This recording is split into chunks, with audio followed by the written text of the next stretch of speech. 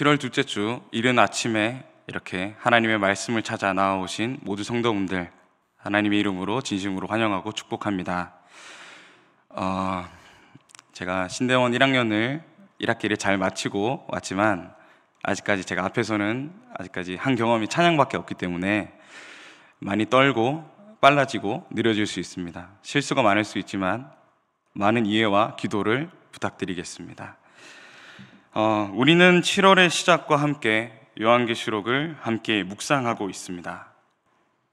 이 요한계시록의 말씀은 우리가 이해할 수 없는, 이해하지 못하는 혹은 어려운 말씀을 통해 두려움에 떨게 하는 그러한 공포의 대상인 그런 책이 아닙니다. 우리에게 위로와 격려를 주며 주님 다시 오시기를 기대하게 하는 말씀입니다. 우리는 아침 묵상과 금요 기도회, 주일 예배를 통해 에베소 교회부터 빌라델피아 교회까지 6 지상교회를 향한 예수님의 말씀을 함께 들었습니다. 그들의 칭찬할 것과 책망할 것, 그리고 예수님의 처방과 약속을 함께 들었고 동시에 이를 우리를 향한 말씀으로 받았습니다. 오늘은 마지막 7번째 교회, 라오디게아 교회를 향한 예수님의 말씀입니다. 아멘이시오, 충성되고 참된 증인이시오, 하나님의 창조의 근본이신 이, 곧 예수님께서 라오디게아의 교회에 말씀하고 계십니다. 마지막 교회가 위치한 라오디게아는 어떤 도시입니까? 라오디게아는 당시 소아시아에서 매우 부유한 곳이었습니다. 3개의 큰 길이 만나는 교차점에 위치했기 때문에 자연스럽게 금융과 무역이 발달을 했고 의료와 안약 사업이 크게 이루어지는 등 부족함이 없는 도시였습니다. 그들의 재력을 알 수 있는 사건으로는 2차례의 큰 지진이 이제 라오디게아에서 발생을 했는데요. 로마 정부의 도움이 없이도 그 도시의 재정만으로 다시 도시를 재건하고 복구를 했다고 합니다. 재력을 알 수 있는 부분입니다. 역사가들은 이 도시를 안정, 균형, 그리고 타협이라는 단어로 이제 소개를 하고 있는데요. 정말로 그 단어가 딱 맞는 안정적이고 부족함이 없는 부유한 도시입니다. 이렇게 설명만 들으면 부유하면서도 걱정이 없어 보이는 그런 도시처럼 보입니다. 그렇다면 예수님께서는 첫 번째로 라오디게아 교회에게 무엇이라고 말하고 계십니까? 내가 내 행위를 아노니 네가 차지도 아니하고 뜨겁지도 아니하도다. 네가 차든지 뜨겁든지 하기를 원하노라 라고 말씀을 하셨습니다. 주님은 그들이 차지도 뜨겁지도 않으며 오히려 미지근하다고 얘기를 하셨습니다. 이 말씀을 제가 묵상을 하면서 다양한 교회에 대한 저희 표현들이 있는데요. 대부분 이제 한번 쓱 읽고 이제 기억을 못하고 지나가는데 이 표현, 차갑지도 뜨겁지도 않은 이 표현은 우리한테 기억에 좀 많이 남아있는 것 같습니다. 왜 기억에 많이 남아있느냐라고 생각을 해보니까 이 난해해 보이는 요한계시록 말씀 속에서 우리가 조금 그 내용을 유추해 볼 수 있겠다라는 생각을 할 수 있는 말씀이지 않을까라는 생각을 했습니다. 그러니까 차지도 뜨겁지도 않으니 뭐 차든지 뜨겁든지 해라. 그러니까 믿을 거면 확실하게 믿고 안 믿을 거면 빨리 그만두라는 말인가? 이런 생각이 처음 읽었을 때 자연스럽게 들기 마련입니다. 사실 딱 들었을 때 조금 자연스럽게 그렇게 생각이 들지 않으십니까? 하지만 이 말씀을 바르게 알기 위해서는 라오디게아 교회의 상황을 자세하게 알 필요가 있습니다. 우리는 앞에서 라오디게아 교회가 부족함 없이 상업의 중심지로 굉장히 부유하게 성장하고 있는 도시라고 우리가 알게 되었습니다. 이 부유하고 걱정 없는 라오디게아 교회에도 골칫덩이가 한 가지 있었습니다. 바로 물입니다. 라오디게아에는 다른 것은 많았지만 돈은 넘쳐났지만 물이 귀했습니다. 그래서 10km 밖에 있는 샘에 물을 끌어와서 사용을 했습니다. 심지어 끌어올 때에 진흙으로 만든 수도관을 사용했다고 합니다. 그러니 10km를 진흙 수도관을 따라서 흘러내려왔으니 그 물맛이 어땠겠습니까? 분명 좋지는 않았겠죠. 오면서 물은 다 식었고 미지근한 데다가 석회도 많이 섞여서 식수로 쓰기에 굉장히 애를 많이 먹었다고 합니다.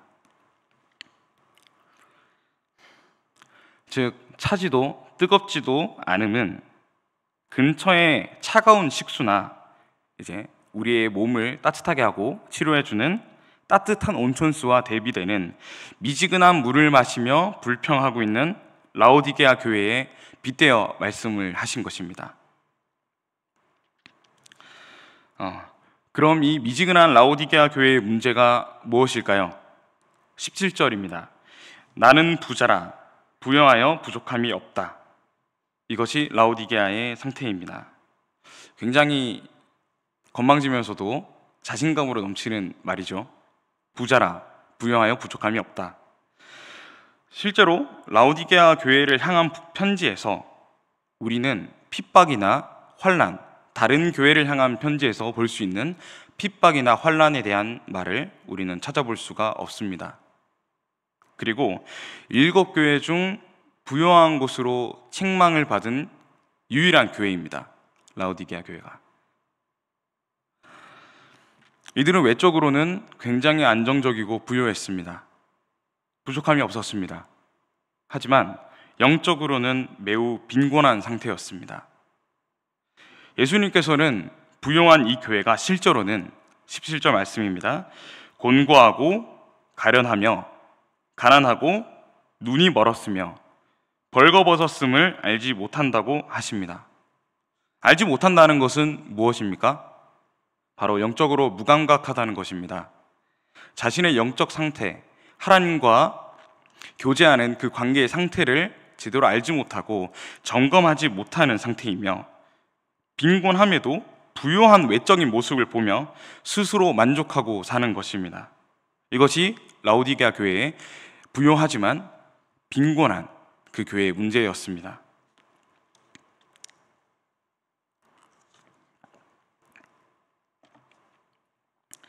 우리는 이 교회와 대조되는 교회에 대해서 알고 있습니다. 이전에 설교에서도 우리가 들었지만 바로 서머나 교회입니다. 이 교회는 로마 숭배와 또 우상 숭배를 거부하면서 물질적으로 가난하고 핍박 가운데에서 고통과 고난을 받았습니다. 또 예수님께 핍박을 더 받을 것이라는 그러한 얘기까지 들었습니다. 하지만 생명의 관을 약속받은 서머나 교회를 볼 때에 우리는 영적으로 부유한 교회가 어떤 교회인지 또 무슨 교회인지 어떻게 살아가는지를 알 수가 있습니다. 제가 청소년부를 섬기면서 가장 난처했던 적이 이제 청소년분들끼리 말씀이 끝나고 나눔을 함께 하는데요. 나눔을 할 때 청소년들의 어려움이나 고민을 물었는데 자신한테 지금 상황이 너무 만족스럽다라는 답변이 돌아올 때입니다. 제가 청소년기 때에는 육적인 고민이든 영적인 고민이든 굉장히 활발하게 나눴었던 것 같은데 삶이 조금 더 나아져서인지 아니면은 더 풍성해져서인지 아니면 아이들의 기준이 낮아져서인지는 모르겠지만 생각보다 고민들이 많이 없더라고요. 얘기를 안 하는 걸 수도 있습니다. 그래서 물론 아이들한테 어려움이 없어 보이니 다행이죠. 은혜입니다. 하지만 영적인 상태를 인지하지 못하며 당장의 상황에만 만족하며 살아가는 아이들을 볼 때에 어디부터 시작해야 할지 막막했던 기억이 묵상을 하면서 문득 들었습니다. 우리 청소년들을 위해서도 많은 기도를 부탁드립니다. 다시 돌아와서 예수님께서는 이 차지도 뜨겁지도 않은 미지근한 라오디게아 교회를 책망하시며 내 입에서 너를 토하여 버리리라 말씀하셨습니다. 예수님께 영적으로 빈곤한 교회는 미지근한 물을 그저 뱉어버리듯이 삼킬 필요도 없는 존재인 것입니다. 라오디게아 교회는 자신에게 주어진 안정과 부요, 그것만으로 만족했다는 문제가 있었습니다. 이런 교회는 보기에는 좋아 보이나 실상 영적인 무감각 속에 자신의 상황에 만족해서 살아갑니다. 우리는 이 교회를 보면서 어떤 생각이 들어야겠습니까? 부요한 교회가 되기를 소망해야 될까요? 사실 부요한 교회도 나쁘지 않은 것 같습니다. 부족함이 막 채워지는 그런 교회가 될까요? 그렇게 되면 우리 성도분들은 외적인 부요함으로 만족하지 않았으면 좋겠습니다. 영적으로 부요한 오직 하나님만으로 만족하는 저와 성도분들 되기를 진심으로 소망합니다. 그런 가난하고 눈은 멀었으며 벌거벗은 이들 라오디게아 교회들을 향해서 예수님께서는 책망뿐만 아니라 다음과 같은 처방을 주십니다. 이미 부유한 상태로 많은 것들을 사들이는 그들에게 세 가지를 사라고 말씀을 하십니다. 금을 사고 옷을 사고 안약을 사라. 공교롭게도 이 세 가지는 제가 아까 처음에 소개해 드렸을 때에 이들에게 충분히 있는 것들입니다. 부유한 이들의 목과 팔에 걸린 것이 금일 테고 또 의류 산업과 안약 산업이 이들의 자랑이었습니다. 있는 것을 그냥 똑같이 또 사라는 얘기가 아니겠죠. 사라한 이것들은 넘치는 돈으로도 살 수가 없는 것들입니다.